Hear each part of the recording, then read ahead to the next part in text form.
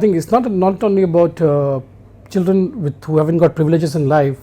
I think it's about all children today. I think they do have everything on platter. Like we provide our children with everything before they need. They haven't got the time to search it. They get it on the table. That has made them lazy, one, and it's also made them a little mentally handicapped, if I may use that word. But it's a question of how we motivate them. Now, like I'll give you my background. Like my father was a ranker in Air Force. Ranker, this is what's a JCO, an officer. My father was a JCO. So every time he did provide us what best he could. We had two brothers, and the salaries in armed forces is very minuscule. But he cut his things, his needs and my mother's needs, and he brought us up. We studied in Kendriya Vidyalaya. We used to never buy books. We used to buy second hand or third hand books to study, and we did that. My father always wanted me to be a doctor or engineer. He took loan from his provident fund to put me under brilliant tutorials, and you had those days in 1984s. The other tutorial was the Agrawal classes. We used to do the correspondence thing that time. I always wanted to go to armed forces. I wanted to be an officer. I wanted to be a pilot. So in fact, in brilliant tutorial handbooks, I used to keep the Arun guide of NDA, training for NDA. I filled up the NDA form without my father's knowledge, and when I cleared NDA, I cleared Indian Schools of Mines, I cleared Roorkee, and I cleared NIT. Those days had entrance exam. I wanted to go to NDA. My father said no. How did you apply for it? My mother became the villain at home that time. One of my friend who is no longer alive, he also was in army, who died just few years back, Rajesh Upadhyay. He convinced my father to sign the bond. I went to NDA. I cleared NDA. I finished the NDA training, and some mishap happens to me during my Air Force training.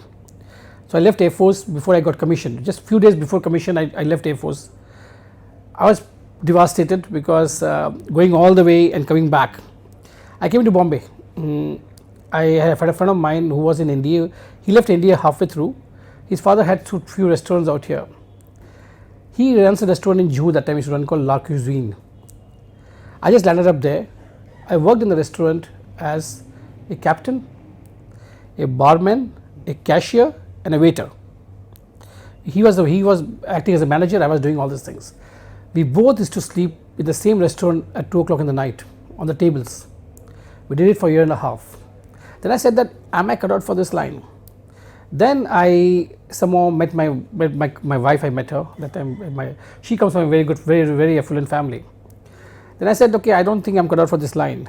So then I started doing my part-time, then I joined a company called LB, which I don't mention in my resume because I just worked for some time there. I got a good break in Times of India. I met Pradeep Guha, my mentor. Somehow I got into Times of India, and I did my M Masters of Marketing Management parallelly. I also started doing tuitions in the meantime because I needed money. So all these things, I think I worked very hard. The more important thing that what kids lack today is self-motivation, that I can do it. There are a lot of inspirational videos that come in, like movies. Like every time I do presentation, when I was in Star or when I was in Z, I use this fling of any given Sunday, where you have Al Pacino talking to his team, which says that together you can win or you lose as individual. It's a good inspirational video about football. Then you see Rocky. Rocky is my all-time favorite, where you keep saying that it's not a question of how hard you hit, it's a question of how hard you can get hit. So all these inspirational videos are there, but I think end of the day it's all about self-motivation, whether you want to do it or not. The challenge that you guys take or you give up fast in life. Like I kept going. I had a lot of difficulties being a civilian, coming from armed forces, but thankfully in life, there are people who make a difference to you.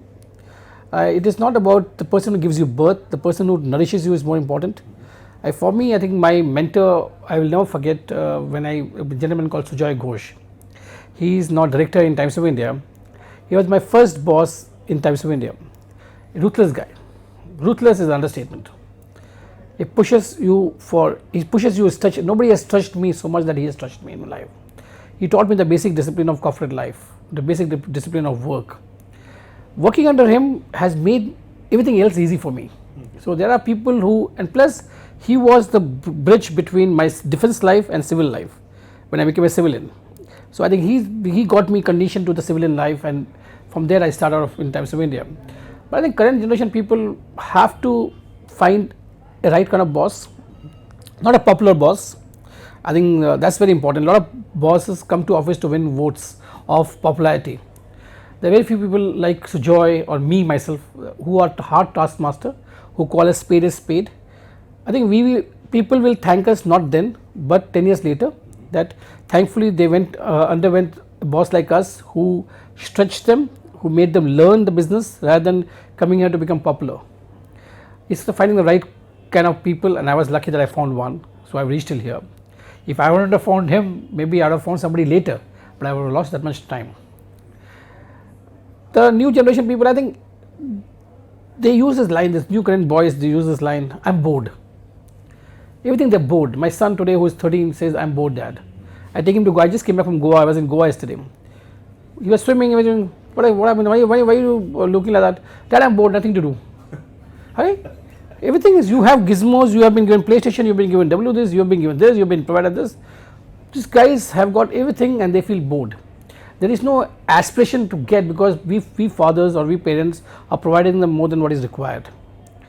People who don't have it today, they have also got the luxury of going to a library and getting it. On internet today, you get everything details. When we started our career, everything has to be written. So we remember that. Today, you type in Google, anything you type in Google, you get an answer on that. So even a person maybe who is underprivileged or whatever it is, if he has a dedication, he will find the resources to find it. I think that's the most important thing for me is self-motivation. If you have, either you have it or you don't have it. There's nothing like I have it partially. It's like integrity. You can't say I am 90% integrate. It is either you have it or you don't have it. I prefer in a class where there's no grading system done, because there are a lot of people who are not cut out for a particular line, but they're very creatively very much inclined. Like for example, people like us who are meticulous, we can study. There are people who are very creatively inclined, they can't study, so we can't be evaluated on the same parameters. So I think grading has to stop and ranking has to stop. Grading has to continue, ranking within the class should stop.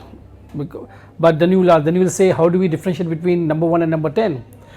I think that's the call, that's a difficult call. It's like a catch-22 situation, because these kids are too burdened nowadays. They don't have anything to think. They've got their own peer pressures, they've got the pressures of their own families, parents' expectations.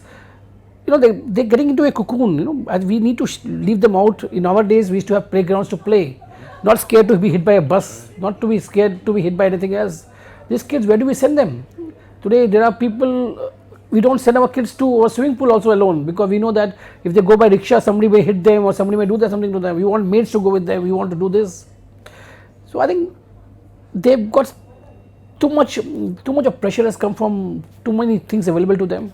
Like for example, mobile is peer pressure. Thankfully, my kids go to a school, Arya Vidya Mandir, where they don't allow people to get sweets in their birthdays, just a Mari biscuit.